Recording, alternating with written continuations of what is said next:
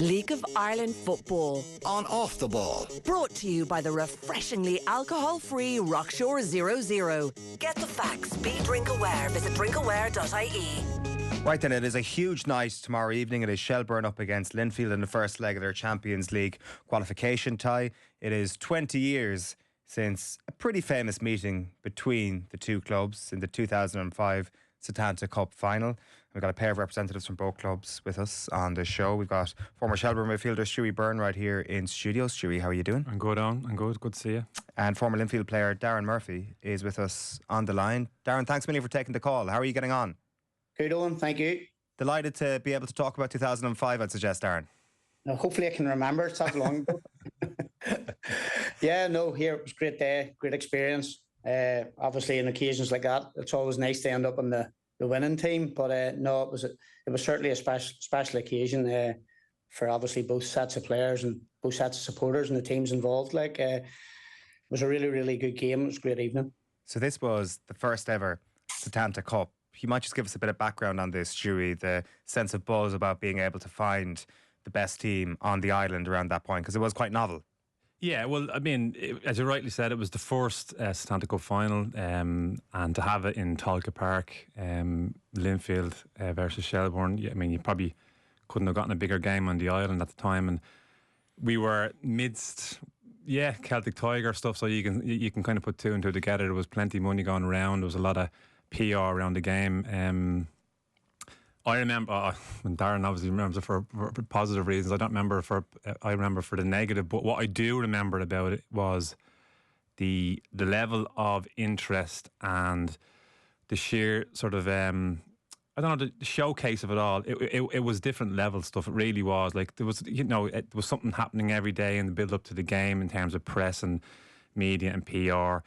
And on the day, the atmosphere was fantastic, and we obviously brought a big crowd, but I have to say the Linfield crowd were top notch. They're a proper football club. You don't always get that, or you certainly didn't always get that in the League of Ireland at the time. You would get it at times, but when Linfield came to town, it was hairs in the back of your neck kind of a stuff, and you kind of got a glimpse really into what the potential for football could be on the island, and that's pretty much was my big takeaway. And I know other people have spoken about it as well, but we wanted at the time we wanted to play Linfield every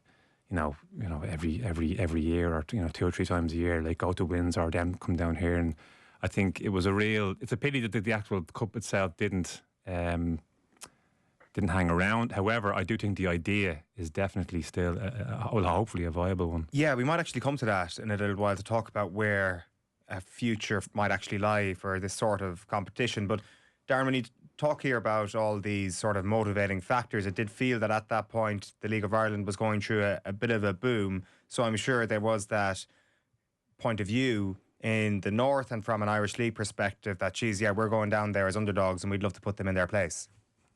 We certainly knew we were going into the game as an underdog. Obviously Shelbourne were the top side. There was no question about that. You just had to look at their domestic campaign, their European campaigns, everything that went with it. We knew how big a club Shelbourne were. We knew the quality of player that they had in their squad. So we were coming off the back of a very difficult domestic campaign ourselves. We had just lost the league in the final day, or penultimate day of the season, to Glentoran at the Oval. And it was always then going to be to try and, make sure the season was successful. And obviously we had the biggest hurdle of all, which was going to Shelbourne in their own backyard to try and win the competition for the first time. We were under no illusions how difficult it was going to be, but we always had a wee bit of belief in ourselves, and we had a really, really good panel of players. And at that time, probably, the League of Ireland and the Irish League were very much nearly on a par. It was then that the League of Ireland probably just took off and run away from the Irish League. And I think that's why the All-Ireland competition maybe in the end became more like a southern competition, if truth be told, because the teams in the north just could not compete. But I certainly agree with Stuey. I think we're now back to the stage where, the teams in the north have got themselves in a position, when you look at, Glentoran, Linfield, Larne, Coleraine, the investment of money that's went back into the league in the north, that we're maybe getting back to the stage where we can maybe look at that competition again, maybe not in the same format, maybe in a smaller format. But, you know, I certainly agree with Stuart. Our big game was Glentoran, and the atmosphere of the Belfast Big Two was something special. I'm sure it was the same in the Dublin derbies. You know, the atmosphere there was special.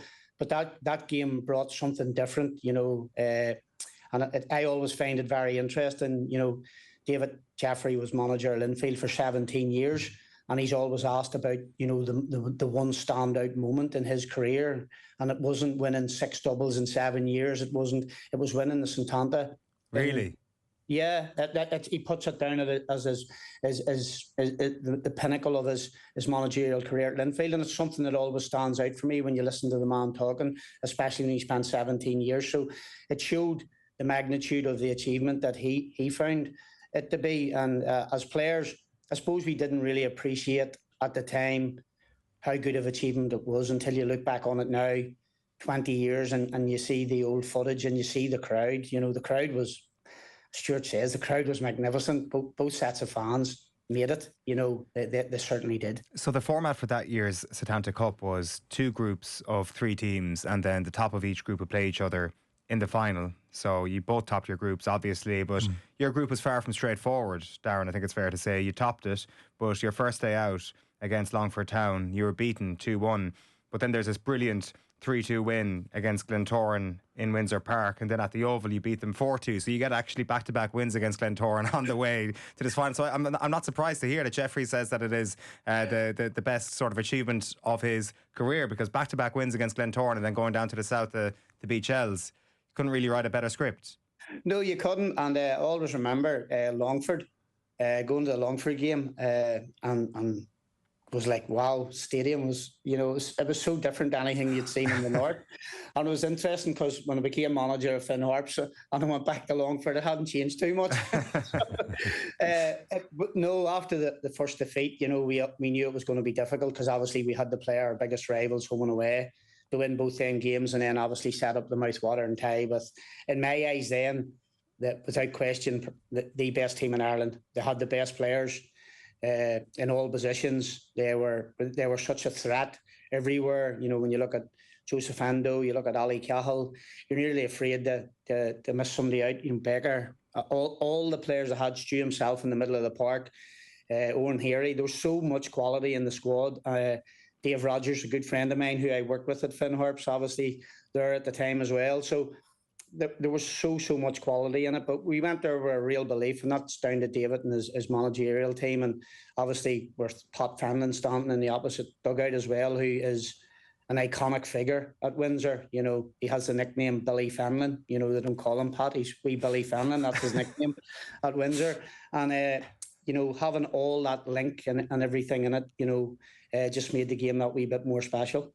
Your path to the final was pretty interesting as well, Stuey. First day out, a 3-3 draw against Portadown, and then go down to Turner's Cross, get beaten by Cork 1-0, but you still topped that group eventually come the end. So you also were put through the ringer to get yourself to the final. Yeah, I mean, like there was no easy games in those days. Like, you know, I do think there was I do think that was a kind of a golden patch. There was maybe a kind of a 4 or 5 year span there where there was, you know, real good quality in both leagues, and certainly the first Satanta Cup I think probably brought that forward. But it's funny that Sat mentions it like as being, you know, it's such an event for Linfield to remember this. Like, it's actually my biggest regret in my career, and I mean 20 years on I still talk about it, and it's still something that even actually talking about it now it's getting me quite emotional. But it does kind of bring forward how, I mean, you don't have regrets in football. You try your best to not have regrets in life. But if you ever got an opportunity to go back and try and make something good in your mind, that would be one thing I would try to do. Like, you know, because of you rightly mentioned that Pat had come from Linfield. Pat is revered at Linfield, you know, and we knew that, you know, as players, knew that from when Pat came back down to play in the league here. Because it was quite an unusual thing, you know. There was for a Southerner to go up to Linfield and to be just loved by them. They just loved them, like, you know. And I mean, from knowing Pat so personally, you can see why it happened. But there there were such, I don't know how to express it. There are so many reasons for them to hate him. But the football and maybe the personality of the man was what came through, and I think there's a huge lesson to even learn from that alone. But that aside, Pat was like, he wanted to win that game. He was really up for that. Like he knew what kind of a crowd Linfield were going to bring to this. He could, it's like he'd been through it. He knew what was coming, and he tried to kind of mentally prepare us for the game. Darren, was it a case where it was a begrudging respect for Fenlon at the start, which actually turned into a sense of pure love towards him? I think Stu's right. I think it was the stature of the man and the quality of the footballer that he was.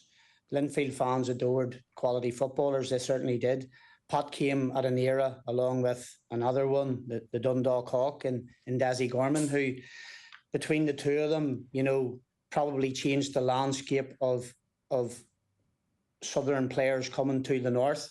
How well they were accepted at Windsor, I think opened the door for a lot of other Southern players to come and have really, really good careers in the north. And even to this day, when Pat came back as the general manager of Linfield Football Club, again, played a huge role in transforming the football club to where it is today. Having the foresight, having the ambition to force the powers that be to go down that full-time route. And I think that's why so many Linfield fans and so many, ex-Linfield players and a lot of people connected to the Linfield Football Club hold Pat in such high esteem, because the work that he's done both there as a player and as a general manager is there for everyone to see. And that's why I feel that he's held in such high esteem. Again, and a lot of it goes down to the man himself. Stu knows him like me, and he's a great man, a great football man. But he's a people person, and that's hugely important for me in the game.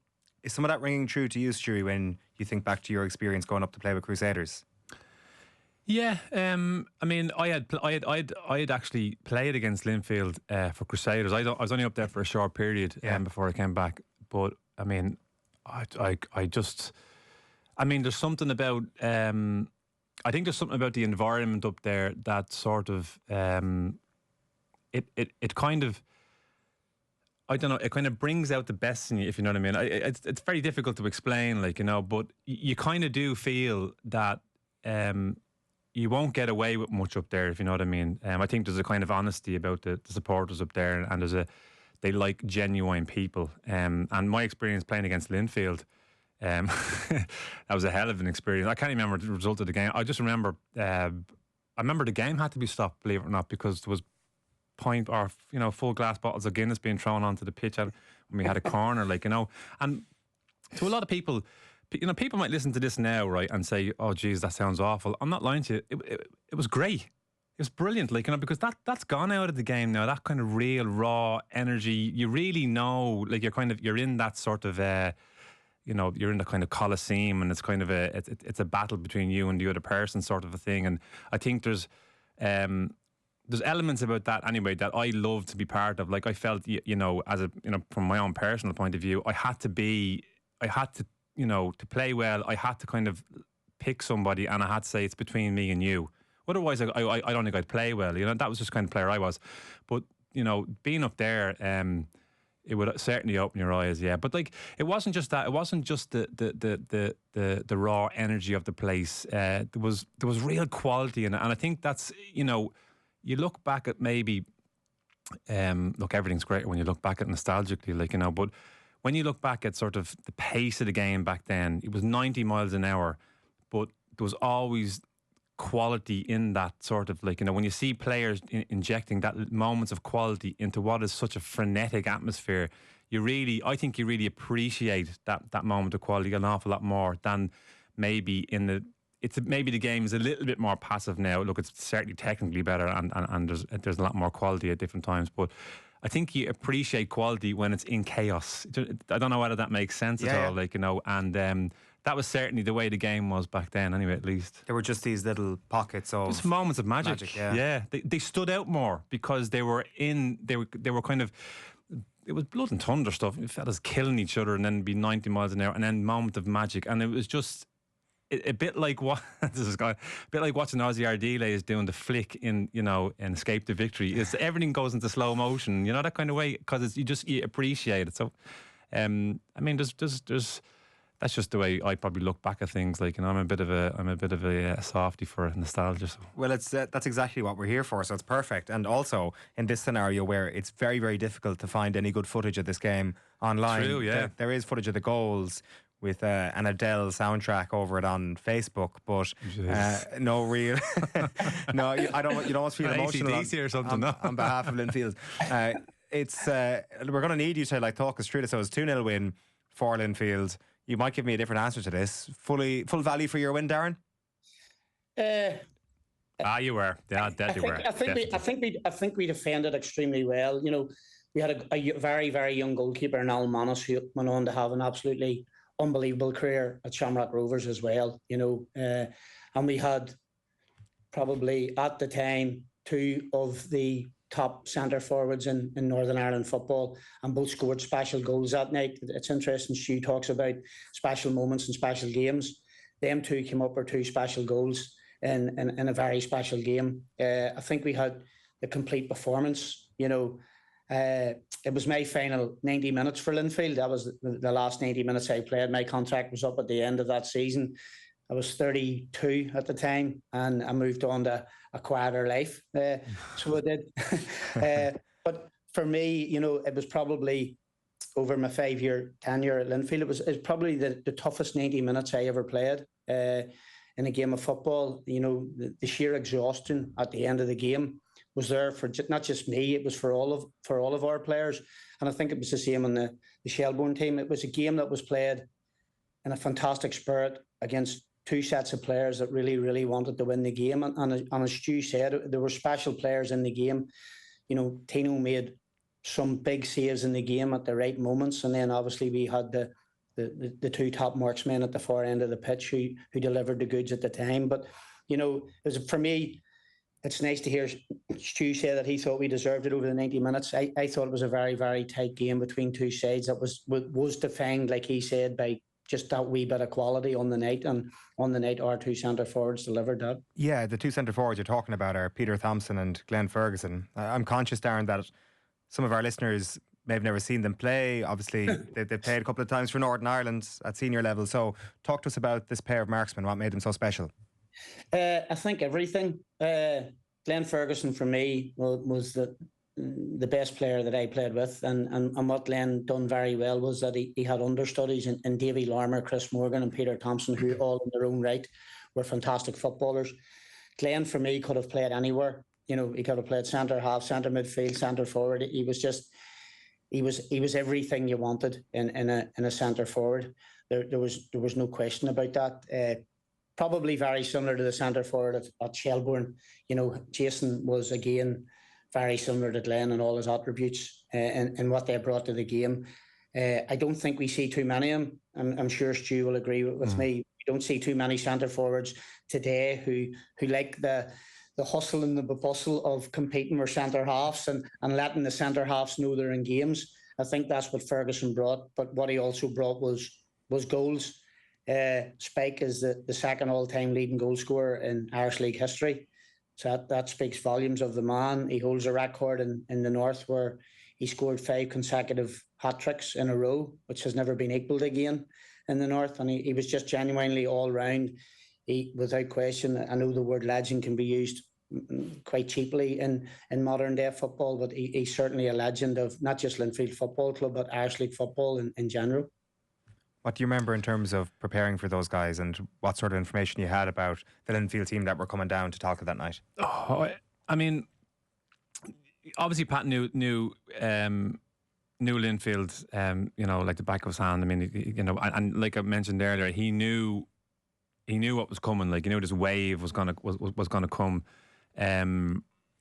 At the time, Eoin Sheahan was injured for the final. Eoin was our captain, like, you know. So I stood in for captain. I'd done all the PR and all the press stuff, and I do remember we definitely didn't underprepare. I think we very much had huge respect for Linfield, but just It's very difficult to explain. I don't know whether we were trying to play a different game, but they kind of played us at our game. They were just aggressive and resolute, and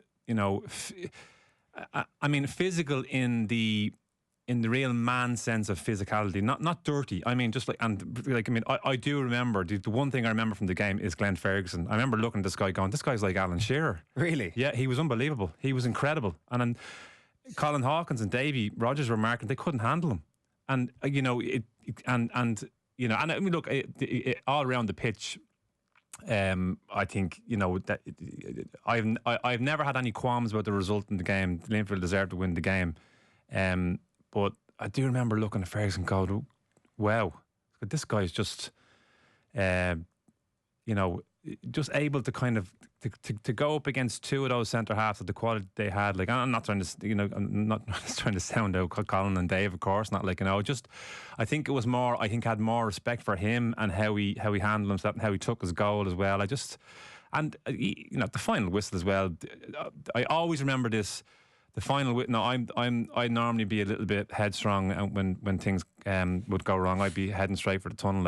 I always remember just saying, we just sort of stood there and had to go over and applaud Linfield and just say, sometimes you have to put your hands up and say we were beaten by the better team, and that was it. Like, it was we were, and it was a huge lesson for us. In definitely, I think that is probably. I don't have very many regrets in my career. I mentioned it before. That's up there with top three, and I think it was the one game where we said to ourselves we will never let that happen again. And I think that's more out of respect for Linfield and how they basically came to Tolka and put it up to us. What happened with a couple of red cards late in the game? Was it after full time potentially? I'd say that was frustration. You're going to have to remind me about that one. Alan Moore and Jason Byrne. That would have been first. Yeah, I think. Look, that's perfect evidence of how they just got inside our heads, and I'd say frustration would have boiled over. Alan Moore is, and Jason, two Irish internationals, but Moorsies was, probably one of the most technically gifted players I've ever seen. But my lord, he can just snap, and he very rarely would snap unless it was something that was really. But I think that was just more to do with how Linfield just kind of taught us a lesson, and I think frustration just boiled over in the end. It just underlines further the importance of this game to every man on that pitch. Like you mentioned, the pint bottles being thrown down onto the pitch. What else did the Linfield crowd bring that day to almost intimidate you in your? Well, the pint bottles was in a different game playing for Crusaders, but what and I don't know. I think there could be a restriction on the crowd tomorrow. I'm not too sure how many they're going to bring, but believe me, when the one thing, I've played in plenty of games where they're, away fans could be in their thousands, okay, but unless they can make their presence felt, it doesn't really matter. These guys, these are like lifetime football supporters. They're proper football. I would describe them as proper football supporters, and you can read into that what you want, but they make their presence felt. That kind of way. They just get in on top of you, and that for me is something the Shelbourne players really have to be wary of. I think when you play in European football, and obviously that was an internal cup competition, but this is Europe now. You can play this two different ways. You can fall into the sort of trap of it being Europe, and you're supposed to keep possession, and you're supposed to do all this stuff in Europe, Pep Guardiola, iPads, tactics, all this kind of stuff. You have to read a game during the game for what it is. And this could very quickly turn into something completely different. And I played in games in Europe, played Glentoran in Europe, something similar, where the referees, they just let it go. I don't know if you might have noticed this even from last year's Champions League. I find the European referees are more willing to let games go, and they kind of almost allow the physicality come through more than you probably would see domestically. So this is a big test for Shelbourne, especially when you consider where they are psychologically at the moment. They're wounded. They're down at the moment. They're trying to claw their way back up. This could go, this is a huge game for them, not just physically, but mentally, for them to kind of show, I think, for them to show themselves, to kind of, that they have to get themselves back on the horse and this is an extremely difficult game, and it's going to be an extremely difficult game for them. Just one last thing on 05. Darren, do you still have your winner's medal? I actually do, yeah. I still have it. No, the only thing I would say about 05, which again, and Stu's right, the restriction on the crowd, obviously tomorrow evening, maybe doesn't bring the same atmosphere, and I think that's maybe where the game needs to maybe improve. It's improved in all different other elements, but it needs to improve in allowing people in that want to watch the game, because the big standout memory for me that day, when we were out on the pitch warming up, obviously the Shels supporters were in the ground, but the noise the Linfield fans made coming down the street to make their way into Tolka, you could hear it as you were warming up. And then what was quite interesting, the changing rooms have now been changed. We came out of the old changing room, and as you stepped down out onto the pitch and you looked to your right, you could just see the sea of blue. It had just filled right down the far side of the ground. And that for me is where, if they can get it back to them days, then I think that's where the game, can go again to the next level. I think that's maybe the only downside. There would be so many other people want to go to the game tomorrow evening, but unfortunately restrictions holds back on that. Yep, I do have the medal. I actually have it in a jersey at home. I've got 3 jerseys from 3 years, and it's 2003 was a league winner, 2004 was an Irish Cup winner, and the 2005 was a Satanta Cup winner, and the 3 jerseys are in with the 3 medals. So I suppose it's something that my kids will look back on and have me. It's there now anyway. Knowing, would I love to be back there? Yeah, but unfortunately I can't. I mean, the good news, Stu, is that you have a Satanta Cup runners-up medal, right? No, I don't. No, thanks for that one, Owen. Yeah, I threw my medal into the river, into the Talc River. I mean, like I said, I could get a little bit headstrong on certain things, but I was gutted at that. And I think I've no look. What I'm trying to portray here is how a game of that importance can affect you for your life. I still think about it. I'd love to change it. I might go looking for the medal tomorrow. You never know when I'm down there. I might have a little look in the Talc River. It's probably all rusted over now, but it could be still there. It could be still there. Yeah. Were you the only one who threw your river? I don't know. I just remember that we were sick. We were. Yeah. It was. You can just imagine how we were. What did you do that night? I probably went home and had a glass of wine. To be honest, what I tend to normally do when I'm. I don't know when we went to bed. We were properly sick, but really were. It took us a while to get over that. I mean, I think that affected us for 6 weeks to 2 months. Really, just knocked the stuff on Elvis. A little bit of doubt came into the squad, and we had to really kind of scrap our way back from it. Because it feels like it's quite a dramatic image, throwing your medal into the river. Is it something quite flippant that you just did it on the way past, or did you actually kind of look at it, look down, consider what you were doing, and then do it? Yeah, well, if you know Tolka, you've got, it's about a 30 or 40 foot climb up the river stand, and then there's the wall. But I don't want to go into that too much. But I mean, I think I probably took things a bit personally because I was captain on the day, and I kind of. Maybe I took that a bit personally, I mean, I got a bit of growing up to do as well at the time, I suppose, and again, I learned a lesson, but I just did the frustration of it and how it, I probably felt more than anything that I had let the in what sense? Well, again, just because I was captain for the day, you feel like the captain is, there's no bigger shoes to fill than Owen Heary. Owen was our talisman. He was Owen's the kind of player. Once you saw him at the end of the tunnel, you knew you were okay. And I think we had looked up to Owen so much, and he wasn't there. And I knew maybe the people were looking at me, and I kind of knew the test that we were about to have. And I took it a bit personally, all right, but. Had to learn from it fairly quickly as well. Yeah, that's not necessarily a bad reaction, though. I mean, it's Michael Jordan's trademark phrase. I took that personally, so. Yeah, well, yeah. I mean, I think, I mean, like I say, the game was a huge regret for us, and I think it certainly, I think it was a kind of a. I mean, you have to have those wounds in life to be able to kind of know what you're missing and to kind of make you better. And I'd like to think that it was a game that kind of made us better, certainly for the 2006 season anyway, which we won't go into now. Eoin Sheahan was out talking about the Satanta Cup, and all-island games and he just wants to see them back. Yeah. How would you like to see it? What sort of guys should it return in?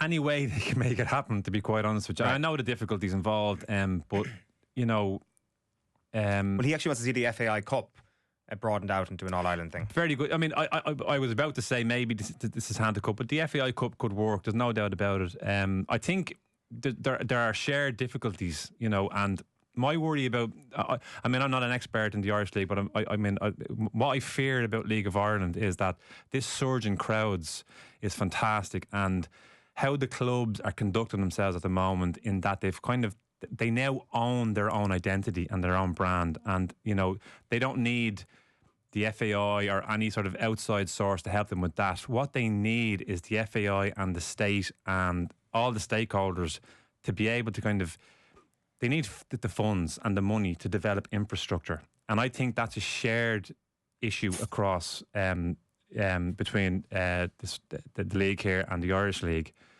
And, you know, because of the GAA and because of the rugby, and you might argue that both sports are across the island, like, you know, I think the problem that football is going to have here is it's always going to be up against the GAA and the rugby. And I think that's a model we have to follow, because what I do worry about is that the game here will stall because of the lack of progression in that the infrastructure development. It needs funds. I mean, you know, we've got a huge competition coming here in 2028. I think there should be money ring fenced in advance of that, but I don't see it really happening. And what I do see is the conversation going very, very quiet. And I know people will be saying in the background, oh, well, they're negotiating, the FAI are meeting I just don't. I think it's extremely quiet at the moment, and I'm worried about that. And what I am worried about is I'm old enough to have seen the ebbs and flows in the game here. I've seen it go from part-time to full-time to semi-pro, back to full-time, and I've seen how bad it can get, and I've seen how quickly it can get bad. And that's what I'm worried about. So I think there always has to be this kind of almost aggressive push forward, because that's the only way progression, in my opinion, will actually happen for the game here. What can happen how does an aggressive push actually look to you? Is it political action? Is it conversations between the FAI and those in power who can actually loosen the purse strings? Yeah, I think so. I think there has to be a genuine acknowledgement from government that the grounds need to be. I Did it feel lip service last year? I haven't heard that yet. Yeah. No. It's all lip service. No. It's pre-election stuff. Yeah. It's not happening. I think the FAI and the stakeholders, the lobbyists, they have to get a hell of a lot more aggressive in their pursuit of some sort of acknowledgement from the government. I just don't. I think it's very much they'll go away. You know, we'll have some sort of an economic downturn, and we'll have an excuse to just batten them off. There's a role to be played there from the most prominent figures in the league, and that's one of the reasons why Damien Duff not being Shels manager maybe is a bit of a broader issue than just a Shelbourne issue, where he had been pretty good at talking about the lack of facilities out there. Granted, it will be an idea that this league is built on sand if you're putting it down as a responsibility of one man, but a collective of people, not necessarily on his level, but of his same voice and his same opinion, moving into one direction. That felt important last year as well, when the league was having its best season in quite some time. Yeah, I mean, and again, I do think we have to be a little bit more. How do I say that? I mean, the whole fanaticism that's come into the world now. Like,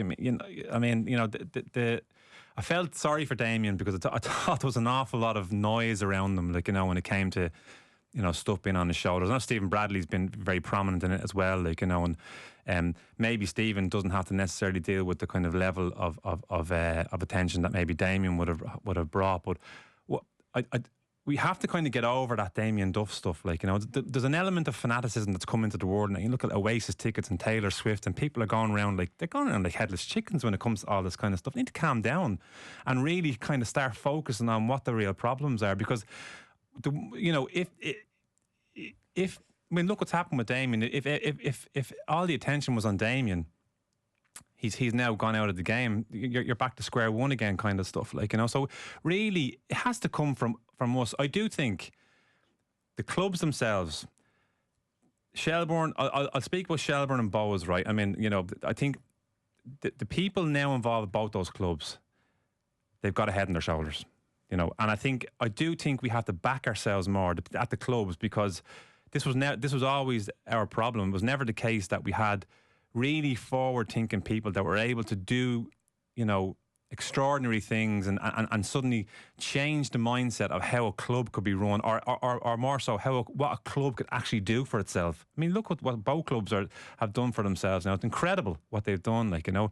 And I do think the key is in that mindset within the clubs and those people within the clubs. I think they have probably the best opportunity to kind of get the FAI first and foremost, and whomever is involved as a stakeholder, and to really put pressure on the government to kind of, you know, stop paying lip service to the game here and to actually recognise how important football is in this country, you know. And I think the point you make there about ring fencing funds from Euro 2028 is a really, really good one. I don't even know why that conversation hasn't been had. The economy is going to boom because of 2028. That's 3 years away. We should be banging on the door saying we need to see some of that money now. Darren, I think that's a perfect point to bring you back in here as well, because unfortunately the Euro 2028 opportunity is not going to be there any longer for the North. And like, when you think about what Stuey is saying about the possibilities down here, that seems like a really missed opportunity for football in the North. Yeah, again, it always seems that the conversation that never seems to come back to football people. It always seems to come back to politicians for me. I think the people in the League of Ireland spoke with their feet at the start of the new campaign when the game was played, obviously in the Aviva. And you see the amount of people that went to the game to kick off the domestic campaign. I think it was Bows and Pots, was it? Or the first game of the season. Bows and Rovers, yeah. Bows and Rovers. Yeah, you had 40,000 plus people at the game. So there's an appetite in the League of Ireland. There's an appetite there for local football. And again, the government as Stu says, it's easy, you know, to say this before the votes come out and we're going to support this, we're going to support that.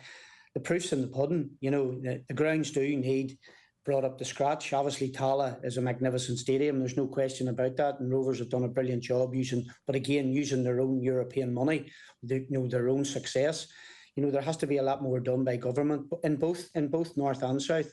You know, again, there's a lot of investment going into the Irish League. You know, there's personal investments have went into Larne, personal investments into Coleraine. Cliftonville have now just got an American investor as well. So there's an investment going into the league. And again, we have sat, I don't know for how long, waiting on 36.2 million to be released to try and increase stadia and improve stadia in the North. And it still has not come through and it still has not materialised. Again, I genuinely think we missed a fantastic opportunity. Again, because of all the red tape and people having so many different opinions. Whereas for me, sport, all sports right across the whole island, you know, it generates money into the economy. And Croke Park would have been, not Croke Park, Casement Park would have been an easy fix for me. But again, we have missed that opportunity, and we now have to sit back and watch the other parts of the UK and Ireland enjoying the Euros. But I'm a great, you know, the reason I came into the League of Ireland for the 3 years that I did was because I wanted to try something different, because I'd always been in the North and I was fortunate to travel around, obviously, in the First Division. And again, it's a league that's trying to push, you know, the Premier Division, but it needs help as well in its stadia. You know, the club that I was at have been trying for 18 years to get funding to build a new Finn Park. You know, it's the only senior team in the North, you know, up in the Northwest. It's the only team up there. And they have been unable still to secure that funding and get that new stadium built, which they're craving for to try and push their club on as well. And it's the same, again, Stu talks about Bows and Shels. That's all people that have done it again themselves without maybe some help from government and other people, but again, done by people that want to drive their football club forward. For the life of me, I can't understand why the people in government sit back when they do have people now in football clubs that are running them as a business. Maybe in years gone by, and I'm sure Stu will agree, we maybe had a few people that run football clubs. Maybe the government were maybe a wee bit afraid to release the funds. But I don't feel we're in that position now, and I feel, you know, for the game to improve and for both national teams to improve, the Republic and the North. We need to have the infrastructure and we need to have the investment put in, not just into the stadia, but into the academies right across the whole island of Ireland. Just one last one for you, Darren. Give us a quick breakdown of what we can expect from Linfield over the course of this tie. So this is a club that went full-time in 2021. I'm sure the club has seen the benefits since then. Currently in pre-season, and the way the calendars don't align is a big talking point going into a fixture like this. You've got the David Healy aspect going into this as well. And then, as you mentioned, the amount of money on the line, granted there's been a good bit won already, but the amount of money on the line to progress just makes this competition with ginormous incentives. So talk to us about the expectation. The expectation was there. I was part of David's coaching staff from 2018 to 2020, just before they went full time. So I was there for 2 years, and we were very unfortunate. Karabakh scored in the 94th minute to prevent us from reaching the group stages of European football. So I know it's always been a burning desire for David to reach them group stages. He's very good as a head coach and manager in European campaigns. David's a student of the game.